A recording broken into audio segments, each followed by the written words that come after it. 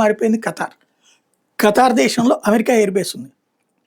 అప్పట్లో ఇరాక్ మీద దాడి చేయడానికి అరబ్ దేశాల్లో తన బేసులను ఏర్పాటు చేసుకుంది.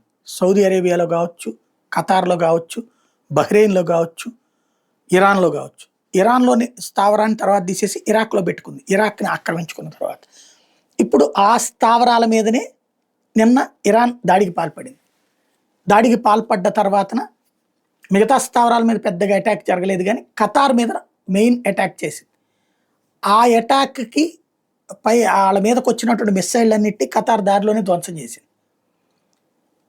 ఏమి పెద్ద డ్యామేజ్ జరగలేదంటే ఆ అమెరికన్ బేస్ మీద దాడి జరిగింది.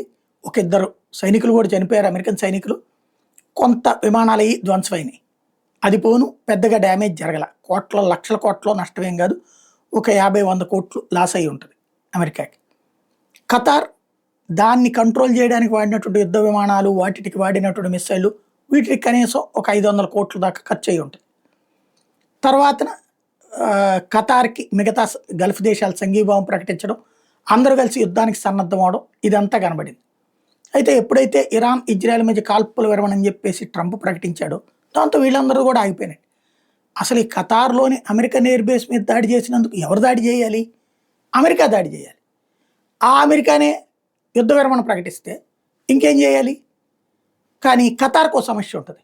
ఖతార్ మీద దాడి చేస్తే చూస్తూ కూర్చుంది అన్నది. దానికి ఇప్పుడు ఖతార్ ప్రభుత్వం ఏం చెప్తుంది? చట్టపరమైన చర్య తీసుకుంటాం దీనికి అని చెప్తుంది. చట్టం ఏముంది? ఇరాన్ అధ్యక్షుడు ఏమైనా అరెస్ట్ చేస్తారా?